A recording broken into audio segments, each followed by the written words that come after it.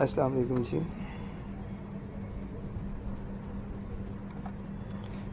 I hope कि आप सब लोग खैरियत से होंगे। आज हमारे पास ऑर्गेनिक केमिस्ट्री का 8th लेक्चर है और हम इसके अंदर दो न्यू मैकेनिज़्म के बारे में स्टडी करेंगे कि जो न्यूक्लियोफिलिक सब्स्टिट्यूशन रिएक्शन के अंदर फॉलो किए जाते हैं आपके पास। ठीक है, ओके भी। इसके अंदर जो फर्स्ट मैकेनिज़्म है वो है जी mixed SN1 and SN2 mechanism. मतलब कि इस मैकेनिज़्म के अंदर हमारे पास दोनों जो आपके पास SN1 और SN2 हैं वो स्टिमुलटेनियसली परफॉर्म कर रहे होते हैं आपके पास। ठीक है जी। इन टाइप के रिएक्शन को हम कहते हैं border line reaction.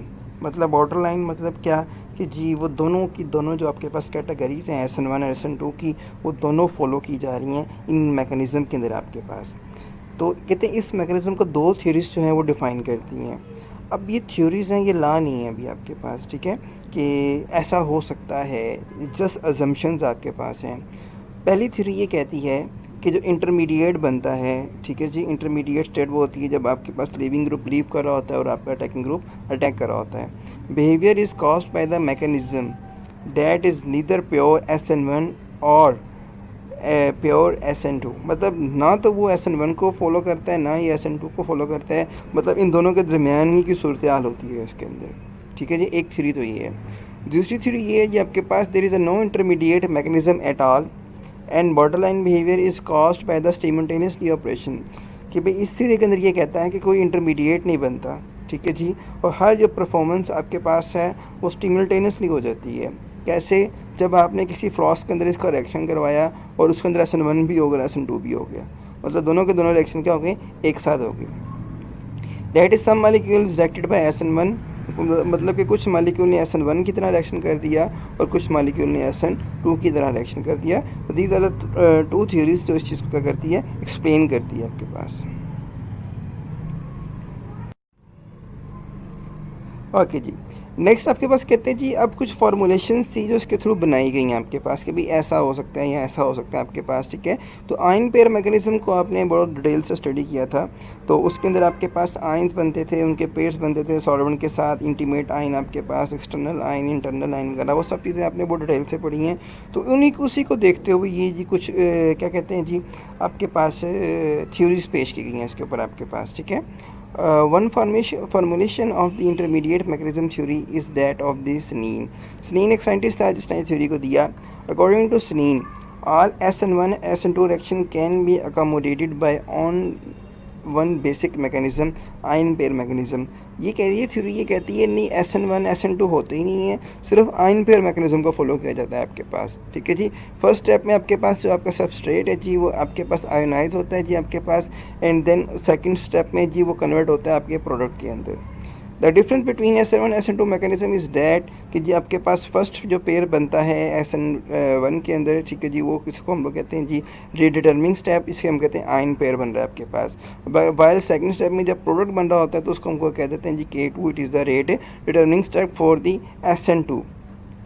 Borderline behavior is found where the rate of the formation and the destruction of the ion pair, destruction मतलब destruction कह लें या इसकी अपना formation कह लें, ठीक है, जो नया आयन बनेगा, सॉरी नया कंपाउंड बनेगा, and destruction of the ion pair are the same order of the magnitude. Simple बात है कि अगर K1 की जो वैल्यू है और K2 की वैल्यू सेम है तो SN1 SN2 मिक्स्ड मैकेनिज्म को फॉलो करेंगे आपके पास। सिंपल सी बात आपके पास ये है।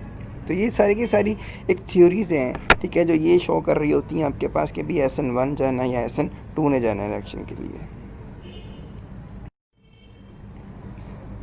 ओके जी, नेक्स्ट भी कुछ एविडेंस आपके पास हैं जो मतलब कि प्रूव किया गया कुछ चीज़ों को आपके पास। ठीक है, तो there is evidence for the Snein formulation where the leaving group has a positive charge. अब जो लिविंग ग्रुप लीव कर रहा है उसके ऊपर चार्ज पॉजिटिव आ गया।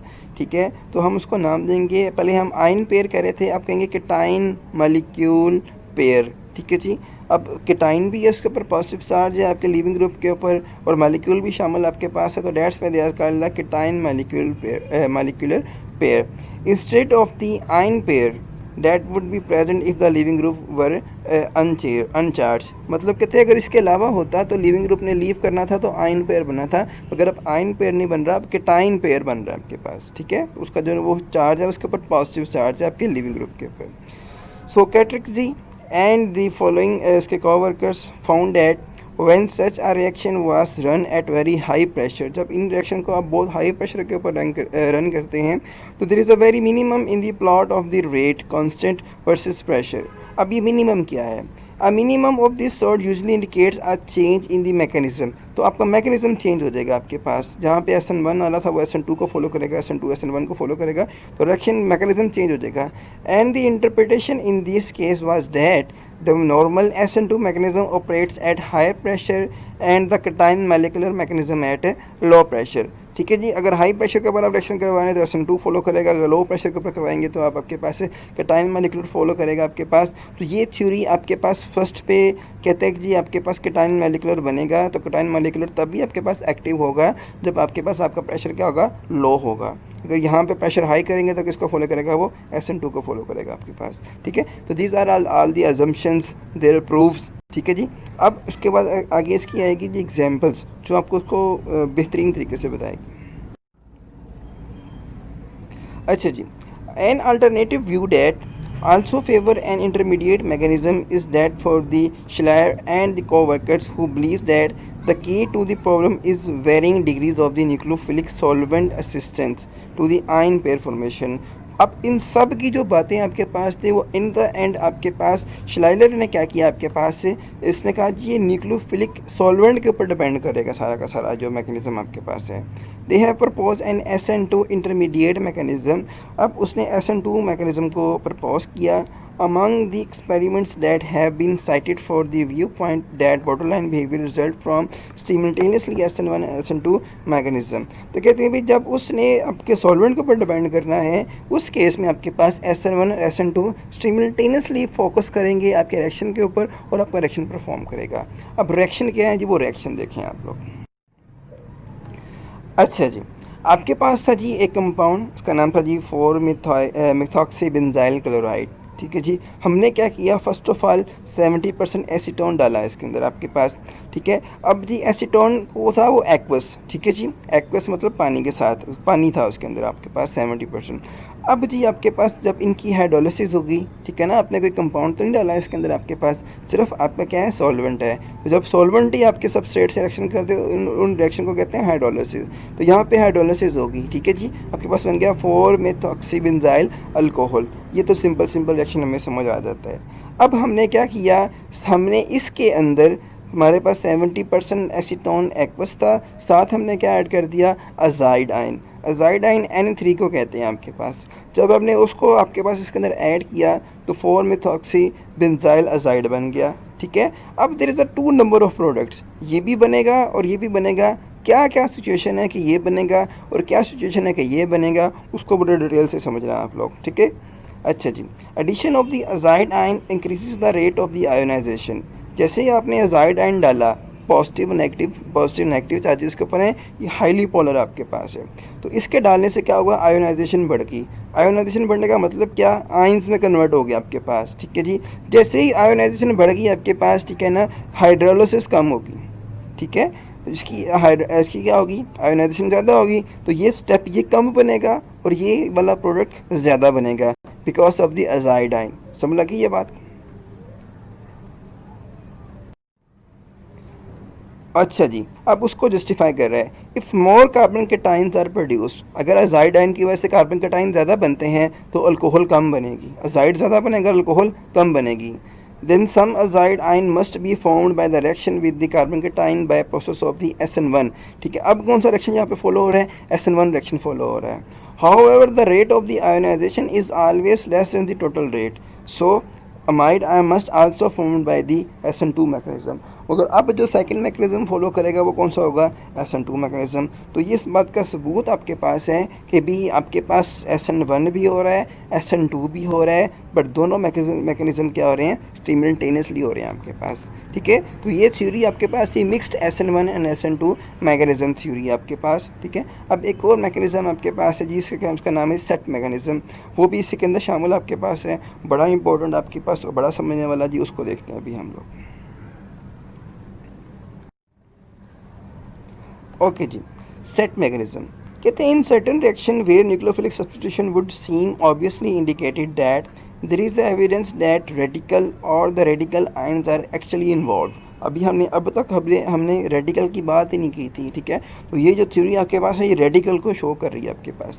The first step such a process is a transfer of an electron from the nucleophile to the substrate. पहले step के अंदर क्या होगा, आपका न्यूक्लियोफाइल है इलेक्ट्रॉन ट्रांसफर करेगा आपके सबस्ट्रेट के ऊपर। अब आपके सबस्ट्रेट के ऊपर negative charge with the radical आपके पास आ गया, ठीक है जी। अब नेक्स्ट स्टेप में क्या होगा जी, mechanism that begins the way are called the SET, जिसे हम सेट कहते हैं। SET stand for single electron transfer mechanism, ठीक है जी। अब आपके पास ये जो सबस्ट्रेट था आर एक्स के ऊपर रेडिकल, अब ये टूटेगा, रेडिकल आर के साथ चला जाएगा आपके पास और एक्स के ऊपर क्या आ जाएगा, नेगेटिव चार्ज, क्योंकि ये हाईली इलेक्ट्रोनेगेटिव एलिमेंट होता है जो लीव करता है आपके पास, ठीक है जी। अच्छा जी, the radicals formed in this way can go on to the product by reacting with the Y radical produces step one. Step one के अंदर जो रेडिकल प्रोड्यूस हुआ था वाई वाला, वो इस आर से रिएक्शन करेगा और प्रोडक्ट आर वाई बन जाएगी आपके पास, ठीक है जी।